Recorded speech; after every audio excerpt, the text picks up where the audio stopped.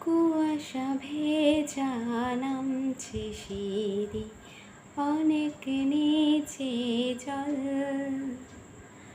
বরফে ঢাকা শয্যা আমার করেছে টলমল। তাকে বাঁচাবো বলে জলে নেবে বাঁচাতে পারি না।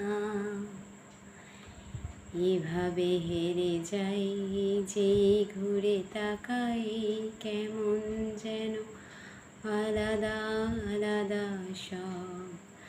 আলগা থেকে তাই খসে পড়েছি প্রায়, কেমন যেন আলাদা আলাদা সব।